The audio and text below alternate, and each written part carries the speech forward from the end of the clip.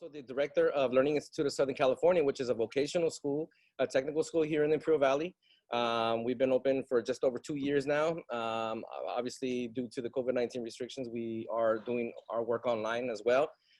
It's a pretty interesting thing having Barber School online, but we're just glad that we're able to get a permission from the state to be able to go through with our training for our students. Our students over at Learning Institute of Southern California, a lot of them they're all adults, right? It's an adult vocational school, and most of them all have work and life going on right now in a COVID-19 world where they also have children at home doing the same thing as them.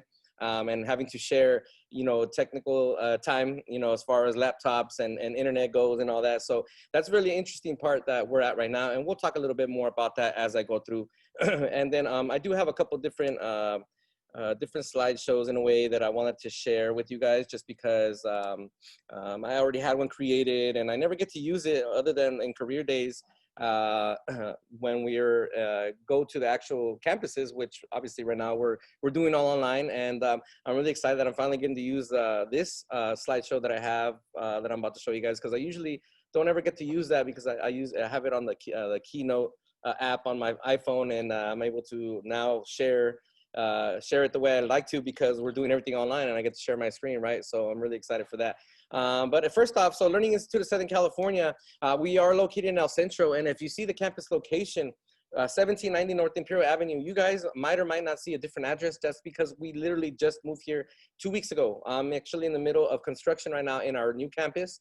1790 North Imperial Avenue in El Centro is in the same parking lot and shopping center as Cardenas here in El Centro, right next to the rallies. And for those of you that are old enough to remember, it's where Blockbuster used to be, and the most recent was the auto title loans.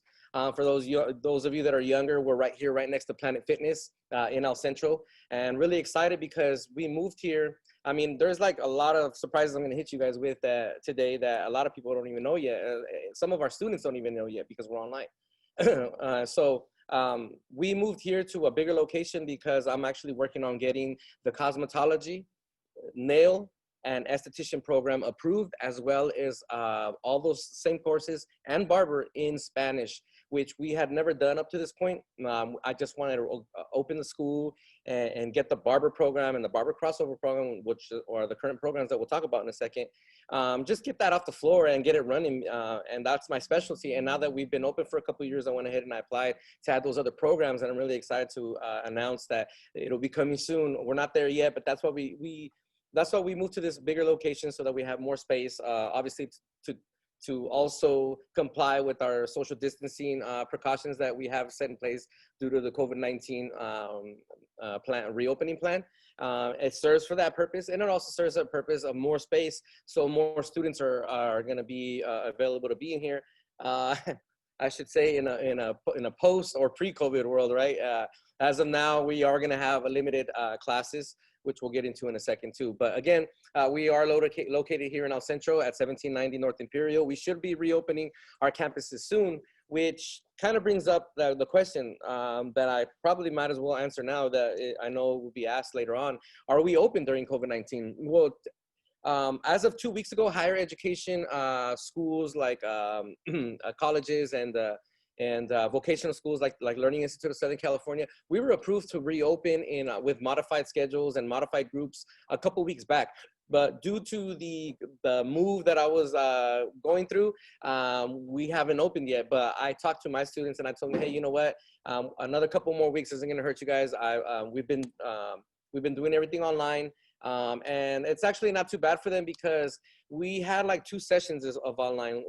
We had the first session, which started about 2 weeks after the governor closed down all the vocational schools and barbershops with the COVID-19 restrictions. We started about 2 weeks later. And since that was a brand new thing for, I'm pretty sure for every school of every kind, but for barber schools, it was obviously something that's never been done before.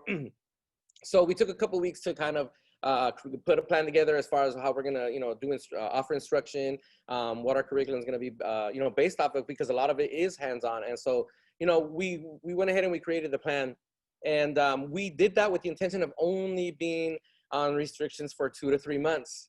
So we went from the end of March, I want to say beginning of April, all the way through June 30th, which was our first phase. And we did that for a couple of reasons. Number one, we were thinking, okay, hopefully this doesn't, you know, obviously none of us knew enough information about COVID. We thought a couple more months we'll be able to open, right? Also, we did that because since we had barely put that plan together at that time, and what we created, we were like, you know what, this is like a temporary thing. Let's go ahead and open up with this plan that we have now. And June 30th, we'll give the students all of July a break, kind of like a summer break, and we'll reassess where we're at as far as you know, how the progress was, how everything worked out, where we're at as far as the pandemic as well. And so since we took a break in July, we went ahead and we regathered ourselves and we restructured our plan, and we reopened August 31st, basically at the beginning of September is when we reopened for our online instruction. And at that time is when I knew that I would be reopening our online instruction for hopefully a couple more months, right? By September, a lot of us small business owners were like, hey, something's got to give here. We hope to open up in a couple weeks. And so when they finally approved us, I had already went ahead and made the decision to move. And so that's what brings me here today.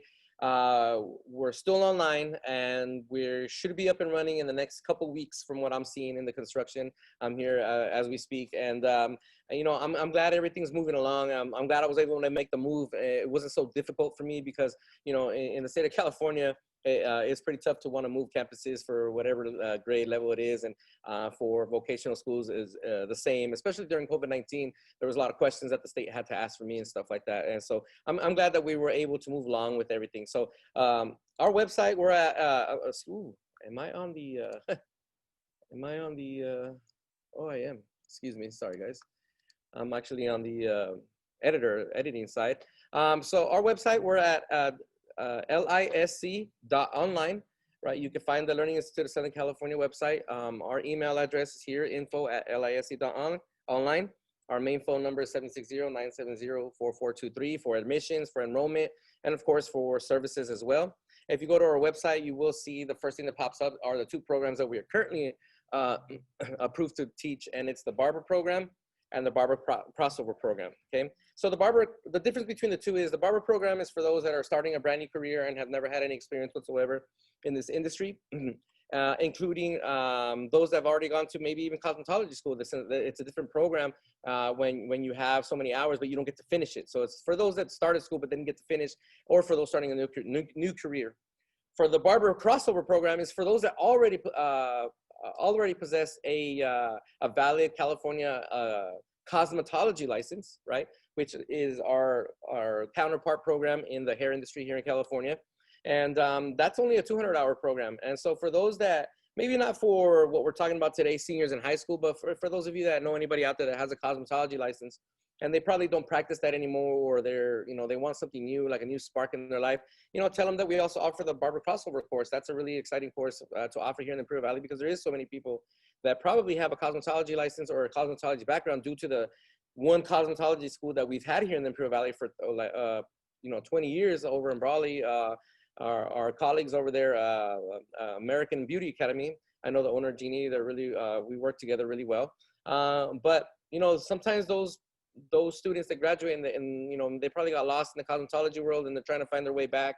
You know, we also offer that program. But obviously for you know, the prototypical student that's, you know, attending today, that's a senior in high school, and you're not sure of what you want to do after high school, that, you know, it's just kind of breaking down the difference between the two programs that we currently offer, okay?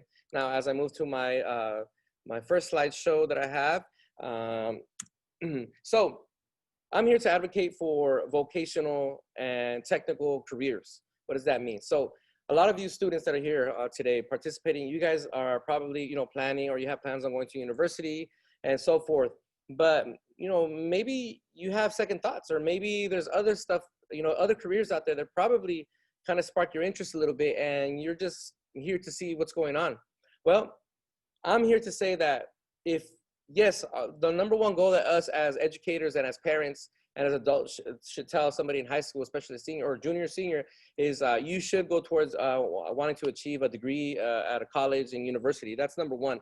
But for those of you that don't have those plans, or you maybe that type of schooling didn't cut out for you, there's vocational colleges. So back in 2016, Georgetown University's Center of Education and Workplace did a survey, and they did a study, and they found that in the United States, there was over 33 million jobs that pay $55,000 a year that do not require a bachelor degree. What does that mean? That means that there are jobs out there for those that decide to take technical careers or vocational careers over university.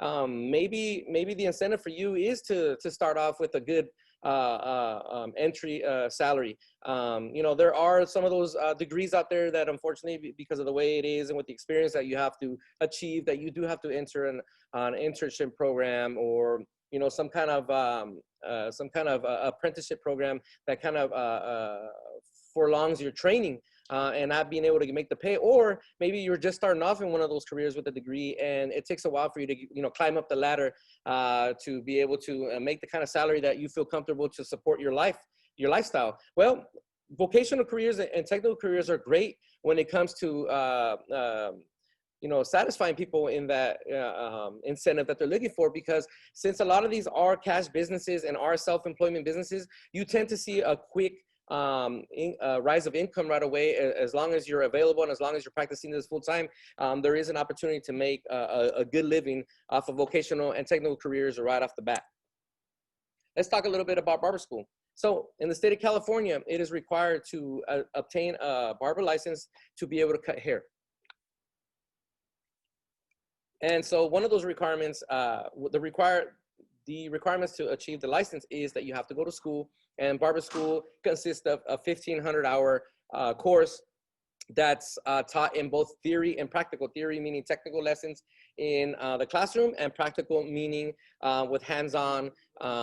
We work on actual clients doing haircuts, shaves, perms, all that stuff. And as well, we also practice that on doll heads as well. The mannequins come, they come in really handy for slower days where we don't have a lot of walk-in clients. The school works just kind of like a salon and a barbershop, where everyday clients can come in and get a haircut, get a perm, you know, get a color or a highlight, any of those things. And we put the students to work. The instructors are there supervising, making sure that the work is going good, and that, you know, that we're protecting the client at all times and we're offering a good service. And so that would be the practical version of it. The theory version of it, the technical instruction, we do have a classroom. We do have a lot of book work that we have as part of our curriculum. And we are approved to teach the Milady's standard barbering text, which has 21 chapters. We'll get into in a bit. And it touches base on a lot of topics like the history of barbering, excuse me, the history of barbering, life skills, and professional image is like the first area. Then you go into the scientific concepts part, where it's infection control, bacteriology, anatomy, basics of chemistry, and basics of electricity. Now, those come really in handy for a barber, a potential barber, and also hairstylist or esthetician or nail tech. We've always studied that, and that's what I tell my students, that just keep in mind that pre-COVID world, we are, one of our #1 topics and subjects that we teach in barber school is infection control and sanitation. And it's funny how a lot of people have been educated on some of these things over the last few months for obvious reasons. And so I tell my students, it's not really going to change anything that we do or how we teach you guys to follow through with these precautionary measures.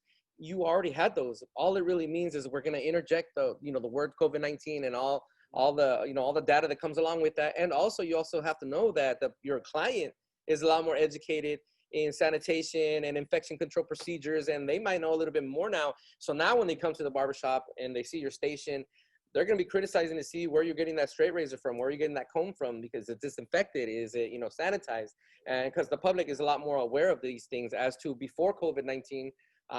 Clients, I don't want to say that they really didn't care. They just weren't as, specific on a lot of things, because we are in a pandemic and they have the right to be that way. We teach in a 3-phase module, meaning you have freshmen, middle class, and seniors. It's based on your hours. So 0 to 300 hours, you're considered a freshman. 301 to 1,000 hours, you're considered a middle classman. And 1,001 to 1,500 hours, you're considered a senior. As you go along the phases, you're taught different phases of the curriculum. As you get further along, you start to train and focus more on the state board exam, which is the most important part of this. Because in order to continue on with the career in barbering, you do have to achieve your license. You don't get that when you graduate from barber school. You just get a certificate of completion, but you're also now available to take the exam for the State Board of Barbering and Cosmetology, which includes a lot of the stuff that we talked about.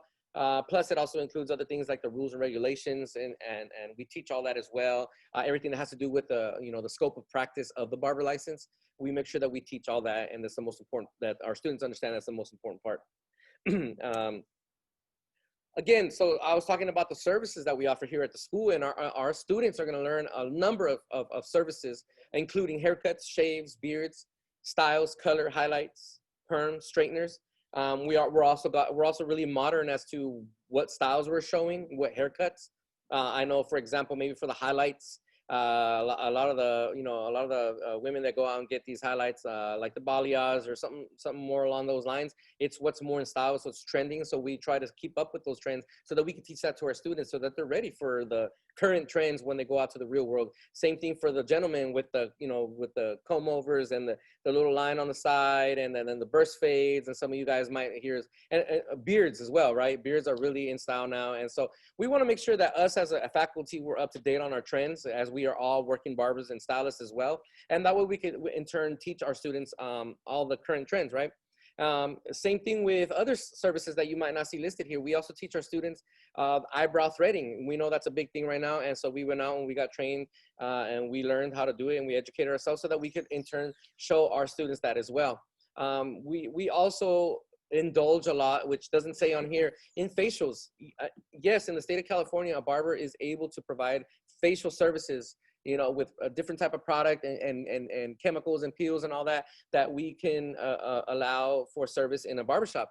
Yes, it does have more of a focus for a man's face with the different type of anatomy that they have, including beards, but that's a good thing though, because now we're able to provide that instruction on what would be a good beard or facial treatment for somebody, a client that has those situations. And so we teach about treating the skin underneath, because underneath the beard, the skin, it gets dry a lot quicker and so forth. So we make sure that we're up to date with a lot of those things as well. You'll see some pictures here of some of our students in the past. You'll see the picture on the bottom left. We have a little group working on a color. They are a lot of these services that they do with the hands-on on the doll head. They're obviously simulated, so we use simulated product.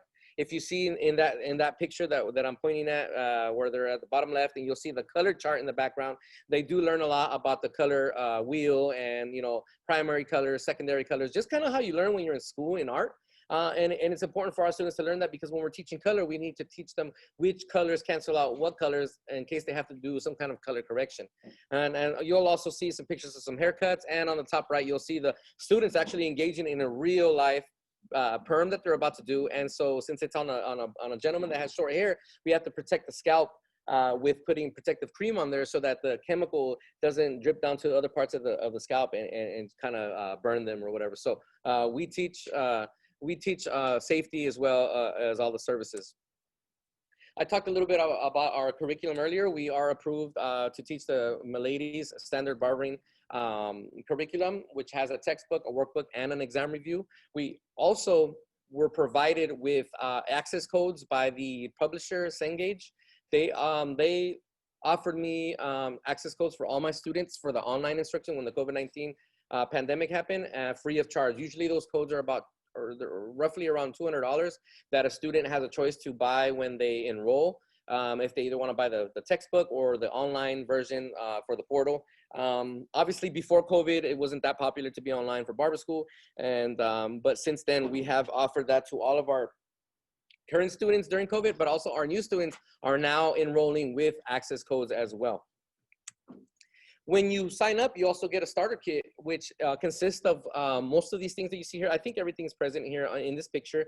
Your main tools as a barber, obviously, are your clipper and your trimmer and your straight razor that you see right underneath the blow dryer up there.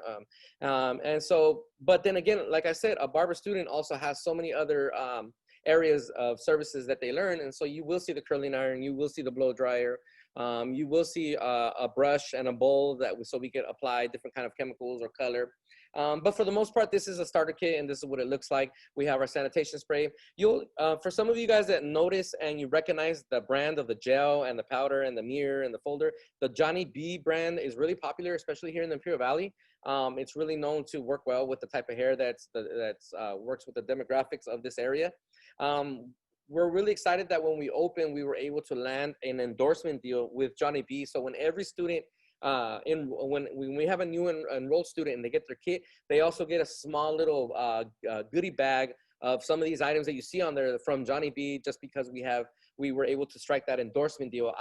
I wanted to offer that for our students when I was prepping and opening the school, because I figured that when you engage a student so much into a brand, a product, especially the gel, you're also kind of sparking up that relationship between my student and my vendor for the Johnny B, so that they're already well established with the product, and we teach them how all the ins and outs of the product, so that they can sell it, so that they can use it on their client, and then now they're able to produce an extra income by retailing hair product out of their barbershop, out of the salon.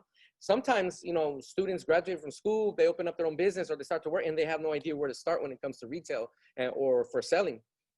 And that was one of the key components of me trying to spark the endorsement deal with Johnny B, so that we're able to have that relationship started in barber school. So by the time they graduate, I have students that when they first started a couple of years back, I mean, think about it. They just opened up their own shop a few months ago, right? Or let's just say before COVID, right? In a COVID world.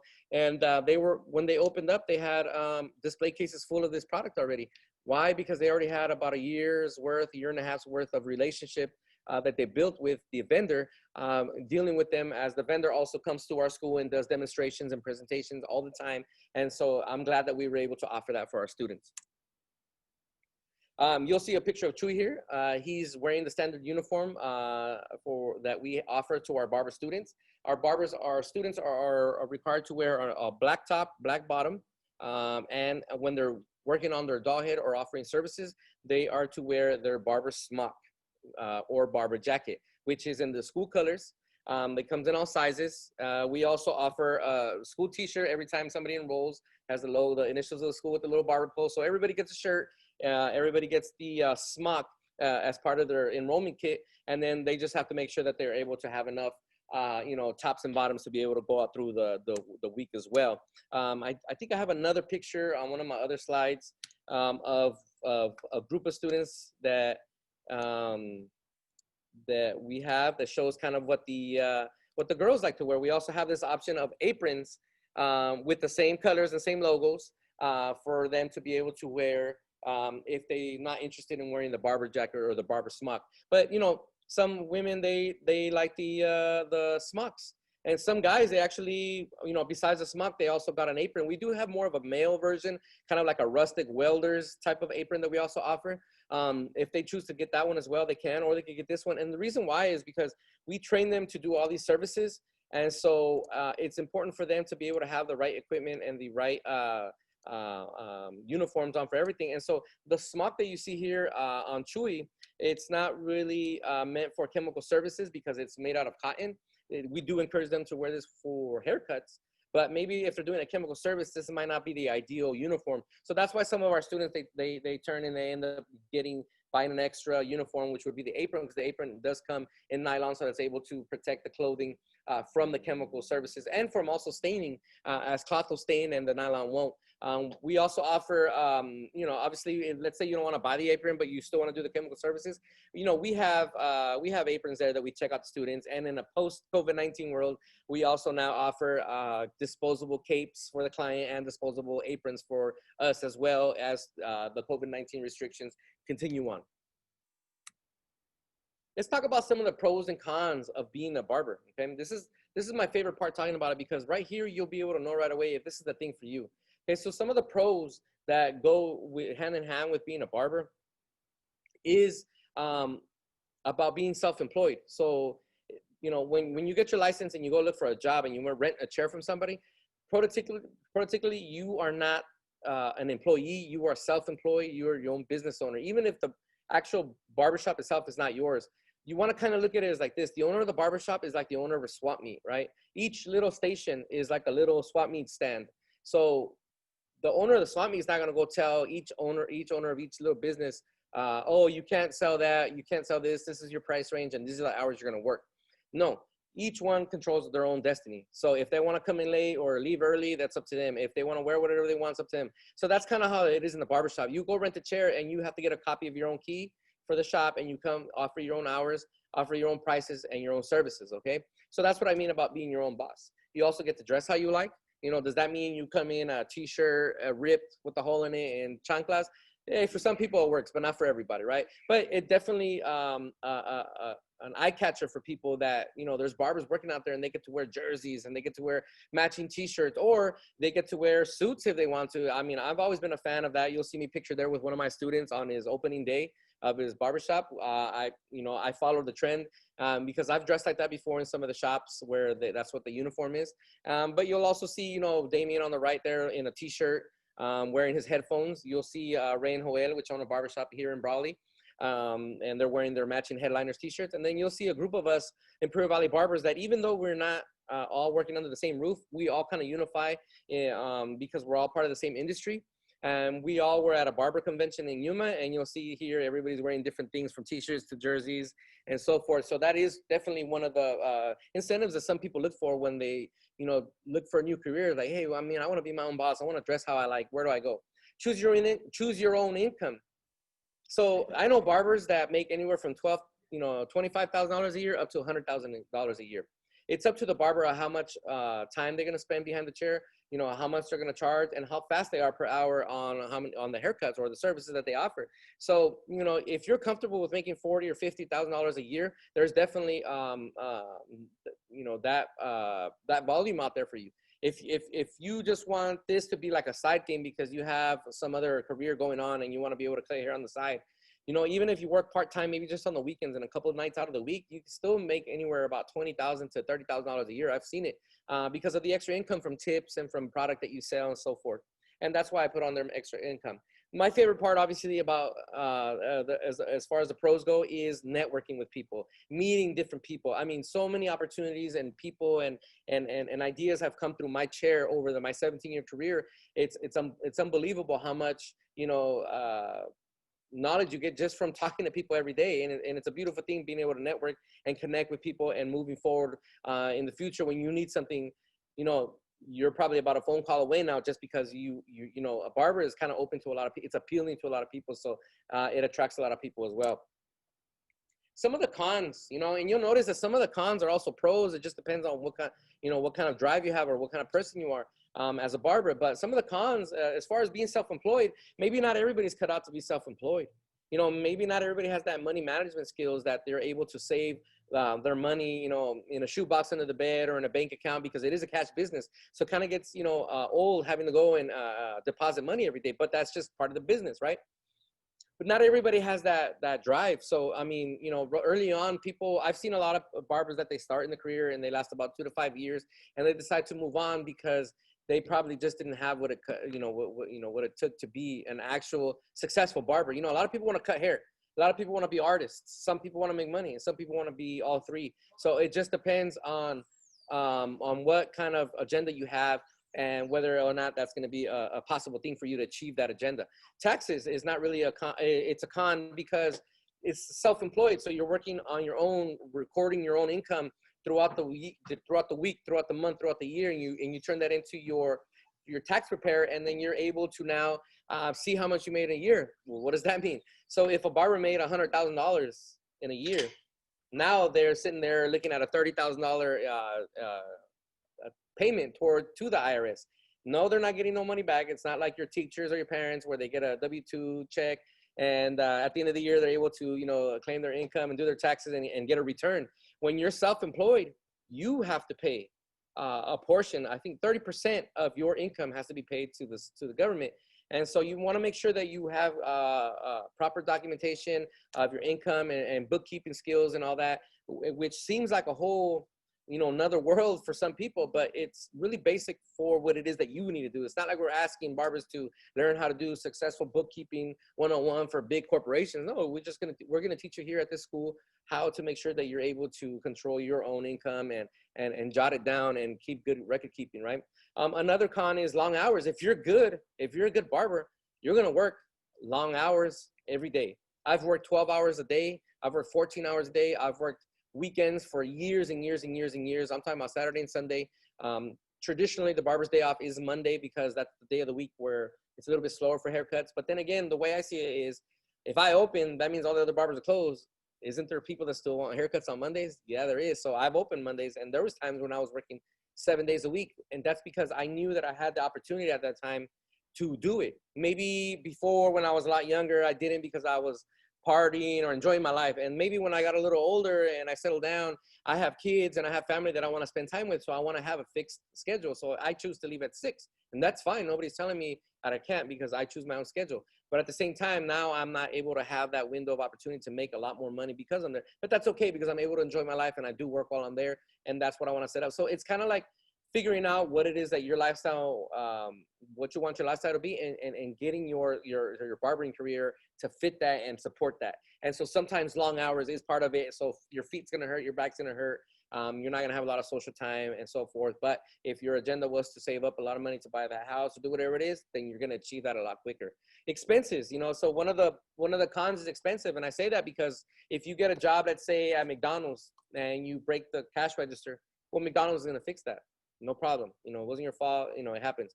But if I drop my hair clippers, who's going to pay for that? Well, that would be me. I have to pay for my own expenses. So I have to set money aside in a different account for my business expenses so that I could be able to support, the supplies that I need, the equipment that I need, the maintenance of the equipment and the tools and so forth. So expenses is another thing that might be a con depending on who it is. And last but not least, pay for your own retirement. So again, people that have careers where they work for a company that provides retirement and paying into Social Security and all that stuff, when you're self-employed, nobody does that for you. You have to do it for yourself. So if you don't go and set up a 401k or an IRA account at the bank, or if you don't have that shoebox underneath that, that bed of yours where you're putting your retirement money away, nobody's going to do it for you. It takes the initiative of the barber to be able to do that. So going back to here, the school. So we have an objective here. We have an objective where we set high standards for professionalism in the hair industry. We want to teach the top standards of professionalism. That's our main goal here. What I mean by that is it takes more than just being a good hair cutter to be a good barber. Okay. And I'm not talking about just your fades and your beards. I'm talking about overall customer service, business, business etiquette, the business of barbering itself, people skills, money management. It takes all that stuff. So we make sure that we teach our students that. So students will be prepared for all aspects of employment in the hair industry. Like I said a little bit earlier, we do teach our students about taxes and self-employed taxes, finances, licensing, continuing education. We teach compliance with the state in our licenses. We also want to make sure that they know that if they do open up their own business, because we do teach the business of barbering, we help everybody with the business plan. And if they want to open up their own business, we teach them that as well. But we also let them know the different stages of being in business. Do you want to be sole proprietor, which means you're you're the only owner? Do you want to have a partner? Do you want to become LLC or a corporate company? Do you want to achieve those goals? Maybe not at first, but maybe in in your 10-year plan, one of the goals is to become, an LLC, to turn your company into a corporate company. We teach our students all that. Now, a lot of people don't even think about that when it comes to just cutting hair, but it just takes so much more than just being, having a good haircut to be successful in this industry. Again, like I said, we do teach the latest trends. So the trends are to do designs. We want to make sure that we're teaching all that stuff. Now, once you graduate and you get your barber license, what options do you have? Just to become a barber? No, there's so much more in 2020. Pre-COVID, hopefully post-COVID, it comes back, right? We're going to keep going back into that. But pre-COVID-19, all these wonderful jobs were potential landing spots for newly licensed barbers or maybe experienced barbers. Obviously, the top two, you can become a barber or a stylist. Once you have enough experience, you could become the best one of them all, instructor, just like me. I love my job. You could be a shop owner. You can own your own salon, your own barbershop. You could be an examiner. You could be the one that's testing barbers at the license, at the exam site over in Glendale, LA, or in Fairfield up in Northern California. You could become an examiner. They're always hiring for, not always hiring, but when they do hire for those, they're out for a while because it does take up a lot of decisions for that. And what I mean by that is if you become an examiner, you're no longer working so much in the barbershop and it takes up so much of your time. And that's why they usually put those job posting up, because, and then they're up for a while, but then when somebody grabs it, they hold on to it because it's an actual job as a licensed barber, you can have where you are going to have a 9 to 5, where you are going to have those benefits, where you are going to have a paycheck. And you know, when I was talking about that earlier, not to say that there isn't opportunities like that, because there is, which we'll talk about as well. But you know, yeah, so you could definitely look for a career where, if you want something more stable and you don't really want to risk, you know, having to be at the shop all day and waiting for the income to come to you, you could definitely get yourself a job at a school district teaching like me, right? Or at a school being an instructor, like, you know, like Learning Institute of Southern California, or an examiner at the state board, or at the Navy base cutting hair. Even though you are cutting hair still, but yet you're on a payroll, you're a federal employee, you have benefits. You know, I have that experience as well. I loved every minute of it. And so it's good to see that there's all those opportunities out there, and not just being behind the chair and making money, if that's not really something that interests you. The last two are something that has been affected by COVID-19. And what I mean by that is brand ambassadors and platform artists is kind of the same thing. Brand ambassadors, you could still kind of do, and platform artists you still do as well. But there was so much to it that was important, like barber battles, hair shows, conventions. There's so many when it came to the hair industry. I mean, for those of you that are teachers out there, you guys think there's a lot of conventions out there. There's 6 or 7 every weekend all over California, all over the country. I mean, in San Diego, there's probably 1 a month. In LA, there's probably 2 a month. In Vegas, there's like the 3 biggest ones in the world, and we're only about 6 hours away from there. So those are really fun conventions where all the brands and all the stylists come together, and they mingle. They have hair shows.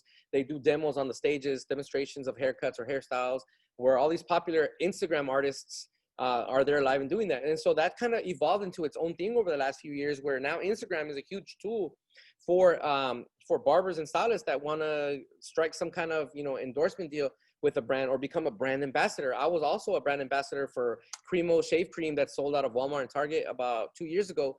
And all I really had to do was kind of showcase their product by making videos or posting pictures, and just tagging them, saying, hey, this haircut and the hairstyle was brought to you by, you know, Cremo shave cream or gel. And that's what I use to style the hair with.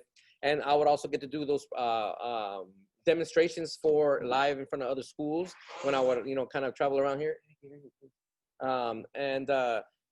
San Diego, and hair shows all the time as well. So that was really fun to be able to do the brand ambassadorship and the platform artists. But again, due to COVID-19, there's no more, obviously there hasn't been any hair shows. There hasn't been any, barber battles, which are really popular now, which I also hosted, a couple here in the Valley. And so it affected that as well. And so for right now, there isn't any. But again, another thing that got affected by it was the barber battles. This is the one that I host here in the Imperial Valley. Every year we have barbers and stylists that come from out of town, from all over the place, from Yuma, Los Angeles, Sacramento even, and they compete in barber battles where it's like the best overall haircut, maybe braiding, designs, all that stuff. They win trophies, money, prizes, all that stuff, and they're judged by professionals in the industry. And here's some more pictures. When I had it a couple years ago, it was in October, so we had like a Halloween theme. So we also had makeup artists compete in the special effects makeup, and you see that little scary one down there. She was the winner, or her artist was the winner. There's some other things that we also teach here at the school as well. I already went into some of those things, but we also teach, retail, marketing, social media. We require that all students create an Instagram account for their barbering or for their hairstyling. That way we could teach them the tools and how to use, because there's a difference between a regular Instagram and a business Instagram. And so we teach our students how to use those business tools to better promote, or, for more success in marketing for their company. We also teach a lot about photography now, because you'll see that the pictures that a lot of barbers and stylists are posting, you'll see that they're really high quality pictures, and we have no problem being self-sufficient. And what I mean by that, barbers go out and they're go-getters. They go get their own camera, they take their own pictures. They go get their own, computer and make their own graphics. And so that's just how it is for a lot of the barbers and stylists out there. This is a quick little promotional video that I did a couple of years ago.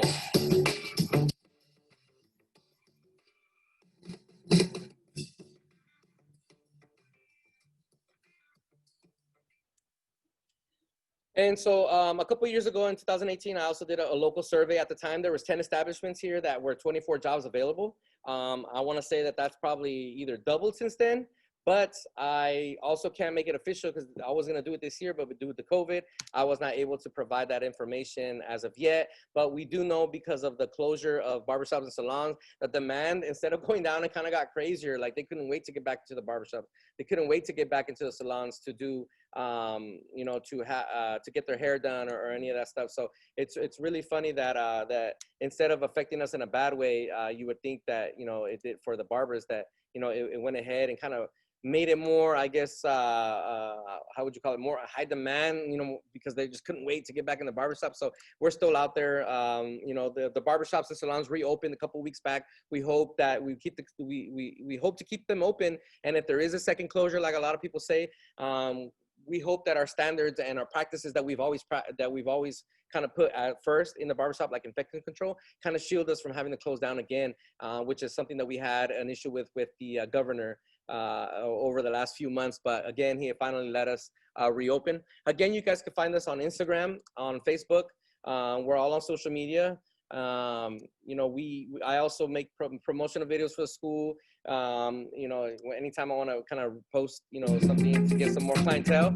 We also have instructional videos that we make for our students ourselves. We record them. We use our instructors and record them so that we're up to date, you know, with making sure that they have more than just here at school, you know, more tools than just here at school. And obviously this was heightened during the COVID-19 shutdown. And so we had to take the initiative and become resourceful. And we're like, how are we going to teach our students how to do practical services from home? Well, we use Zoom. We use the videos. They have their kit at home. They're able to set it up, and we work along with them as we go as well. And so if you do decide to visit us on our website, we are at lisc.online, okay? And here you'll see stuff like the flyer that has the most up-to-date cost of the course.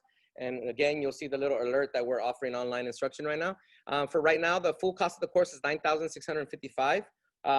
Tuition itself is $8,175. Toolkits are $1,075. Books are $230. The uniform $75, and the enrollment fee is $100.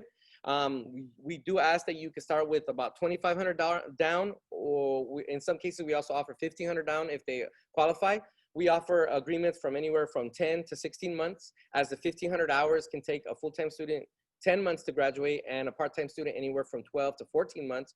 And the amount of the agreement for the payments are the same amount of time that the student attends school as well. If you're looking for some kind of loan, we do offer a third-party loan through Super Money. All you got to do is click on the link there on our website, and you put in your information, and in seconds it'll let you know if you were approved and for how much. If you don't want to get a loan and you're looking at one of the programs that we have available, we do have 2 contracts with local entities here, as in the Department of Rehabilitation and the America's Job Center, aka One Stop, which is located out of the unemployment office in El Centro, Brawley, and Calexico. If you go through one of these programs, they pay for your tuition 100%. They do have qualifying factors, obviously, for Department of Rehabilitation in order to become one of their clients, or one of their patients. You have to have some kind of disability, mental health, or some kind of rehabilitationary contract with the state as far as workman's comp goes. So if somebody gets hurt on a job and then they have to pay for their school, Department of Rehab does that. America's Job Center, if you click on this, it will take you to their website.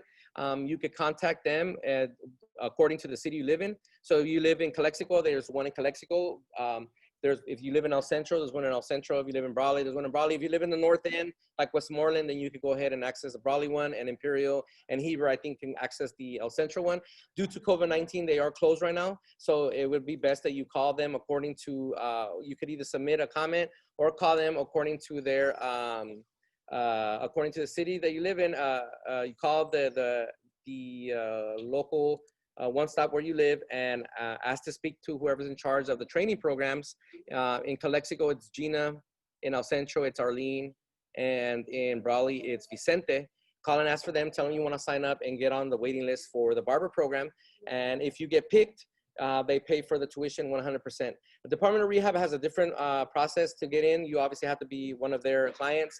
If you do want to know more information about them, see if you qualify, you go ahead and click on the information for them, and it takes you to their website as well. Again, all these offices are closed and they do have their COVID-19 restrictions going on, but you could right now they're obviously answering the calls and emails, and any information you guys want to know about them, about those programs, go ahead and feel free and call them.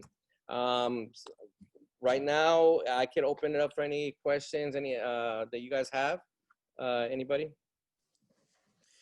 Actually, yes, Fernie, if I could, let me jump in. My name's Todd Evangelist, and I work at the Imperial County Office of Education. And we are so grateful that you're joining us for our Higher Ed Week. As students know, this is the last day of our Higher Ed Week. We've been doing it for 2 weeks rather. And at the top of every hour, we have a new college or university, in this case, an institute, and it's a hosted hour by that school that talks all about what's happening and how to get involved and information about their school. And so now's the time. If you're a student on the line right now and you'd like to ask a question of Fernie, anything about related to the Learning Institute, a local barber school here in Imperial County, or maybe you have a more general concept or question about vocational education in general, he would certainly be the person that could speak to that a little bit. So now would be a great time. You can use a question and answer tab. We don't have a chat button per se, but we have a question and answer tab, which will be sent to us. We'll be able to read those, and I'll read those on the line for Fernie. But Fernie, a couple questions have come in a little bit ahead of time. You mentioned that your location is, you've had a couple different places. Right now, you're currently located in El Centro, right on Imperial Avenue. And I want to say, you mentioned it earlier, for those students may have kind of logged in a little bit late, but your school is here in El Centro. And I want to say it's like in the old Blockbuster when I was a kid growing up, right? Okay, so it's in that area where Cardenas Market's at. And, okay, good. And so you guys have a vocational school, and you've been doing it for a number of years here locally in El Centro. And the school is doing some remodeling and prepping to get ready. So maybe a convenient time to kind of do a move during the COVID time that you've done the move and the remodel. Yes.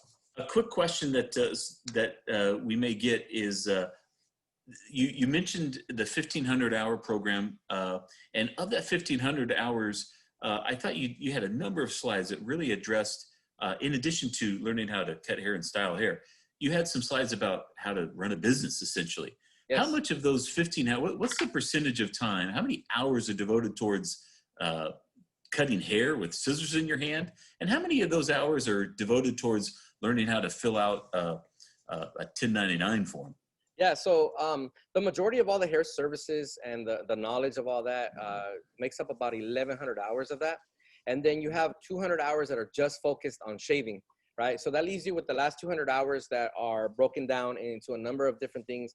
A lot of schools, that's where they differ as far as what they want to specialize in. I feel like with my experience and the experience of my faculty, we really like to emphasize on the business of barbering, because we feel like that was the area, the topic of area where a lot of us didn't really get coached on a lot or schooled in a lot when we went to school. So we went ahead and we made sure that we addressed that in our curriculum and added that emphasis in there. And so anywhere between about 200 to 300 hours, we are working with our students on a lot of the different areas that come to like laws and regulations, but also business of barbering. So they do have a good amount of time spent on anything that they would like to know other than the business of barbering, maybe just like general questions, like you said.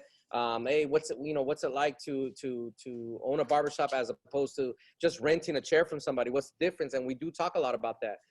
Another thing I also forgot to mention is that at 900 hours, a student is eligible for the externship program, and which they're able to do 8 hours a week in a barbershop or salon with non-paid work, right? And so they could get like a firsthand look of what the business of barbering looks like as a student. And they're able to do haircuts if they want, but I always tell the owners of the shops, make sure that you show them a little bit of everything: how to open up, how to close, how to ring out the register, how to clean, how to disinfect, how to deal with customer service. All that's really important to me, because the haircut, to me, it takes time. It takes a couple years to get really good and used to it. So why try to cram it all in barber school when you can learn so much more from the experiences of other barbers and other stylists? And that's what I feel like we didn't get taught when we were in school, as far as our faculty goes. And so we really do like to break down a lot of those things, like, self-employed taxes, bookkeeping, customer service, advertising, marketing, photography, the whole business of barbering. Now, you had a slide up there about the listing the number of barbershops in Imperial County and the number did I see number of expected openings or current openings that they had? That Yes. makes sense that it's a growing industry as Imperial County grows. There's obviously more and more people need haircuts. And so essentially that's why there's a bit of a growth industry for you. Yes. Now, your school has been around for a while. How many students go? Is it a particular program that starts in this particular time of the year and then ends in another time of the year, or is it can a student sign up at any particular day of the year? That's a good question. Thanks for addressing that. Yeah, so we work with open enrollment. So we try to group them up in at least a group of 2 or 3. So let's say in the month of October, I have somebody that enrolls today and 2 next week. I try to put the start date for a couple weeks down the line so that we could try to get 2 or 3 to start at the same time.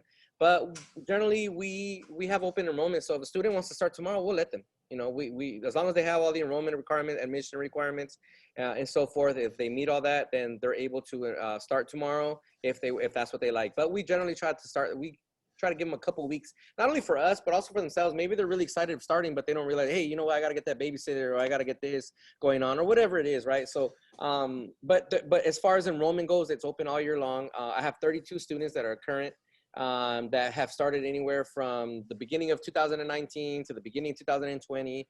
Obviously, the reason why we still have some of those 2019s is because of COVID. There was a couple of breaks in between where and also they were not doing as many. Our students are not doing the same amount of hours that they would be potentially doing if we were in person.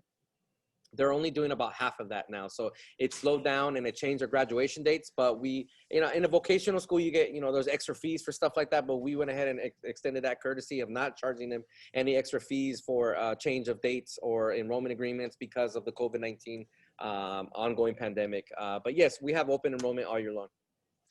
Great. And so for the students who are tuned in here, the Imperial County Higher Ed Week, the target audience is high school seniors. Yes. Now they may have been interested in your programs. They may have tuned in, maybe an older sibling or a younger friend who may have been tuning in as well. But the concept is that most people are going to be in a high school here locally until June. And so the start dates for them most likely would happen in the summer of 2021 and then on going forward. They could obviously start it now, I guess, if they wanted to do it while still in high school. You mentioned that you actually have a high school program at Valley Academy, which is the Imperial County Office of Education has a school. We call it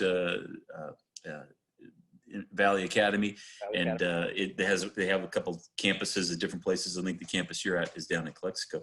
Yes. But so students would be presumably starting in the fall. Presumably, we will hear good news about COVID and things will be back to where we'll be able to offer services in person, certainly at schools like yours. Now, you mentioned the cost of things. So that 1,500 hours would work, and there's a cost, I think one of the slides, I think just under $10,000, like $9,000 some odd dollars. Yeah. And then there's options of payments on that. And then one thing I thought was real interesting was if students wanted assistance with that, there's opportunities, because one of the questions we typically ask college and universities, can they apply for financial aid and those things? I think you mentioned that One Stop has a similar opportunity for students if they want to go to the Workforce Development Center in each of their cities. They can inquire about financial assistance. That's correct. Yes. So again, the America's Job Center, formerly known as One Stop, is now located out of all the unemployment offices here in Imperial County. So we got Calexico, El Centro, and Brawley. They offer the WIOA training program, which is paid for by the government. If you have any kind of qualifying factors for them, which they will screen them out. Basically, you have to have your admissions requirements for the school, which is high school diploma, the valid California ID, and the enrollment agreement, and some of those things. But as far as getting approved for one of these programs, the qualifying factors for them are stuff like unemployment, Medi-Cal, some kind of social services, again, disability, some of those things that people, that get approved for out of the county and out of the county offices. Those are qualifying factors for the for the one-stop programs. And so my best advice for anybody would to be to contact the main office and to sign up for the waiting list.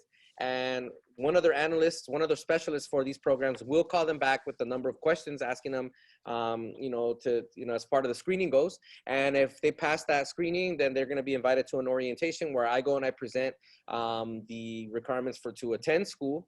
And after that, we do individual interviews, and I give them my results from my interview. They get the results from theirs, and then they pick students depending on how many slots they have per one stop. If I'm not mistaken, I think during the COVID, I got approved for another 25 more, which is great news. And so I already have 12 current, and they owed me, I think, like 9 plus like another 15 or so that got approved during the time. So, and then since I've had a couple graduates since then, they went ahead and they froze the enrollment for now, but they already told me that once I reopen in mid-October, they're going to start resending people from the one stop in November. And so that's good news. So that means there's more slots available. So they split the slots from the 3 one stop. So there's 15 slots available. It's 5 Calexico, 5 El Centro, 5 Brawley. And so there's a list of 20 from each one. What they'll do is they'll screen them out until they get, the 5 that they want. And then the process is done. They send them to school. And like I said, everything is paid for by the county. Great, Fernie. We appreciate it. And just to let students, if you chimed in a little bit later, maybe you missed a segment here or there, or maybe, Fernie talks fast, so maybe you missed what he was saying. We are recording this session along with all of our other sessions, and it's going to be up on our webpage and our YouTube channel. It'll be a specific playlist just for Higher Ed Week, and you can check that out later. I guess maybe before I throw it back to Denise, the only question I would have, Fernie, is when do you sleep? Oh, man. Between like midnight and 5 in the morning, that's about it. It's the only time I get it because, I wake up early, go to the gym, and then when I get home, I want to play with my kids and my family. And so I think because everything that's going on is good, I'll sleep later on,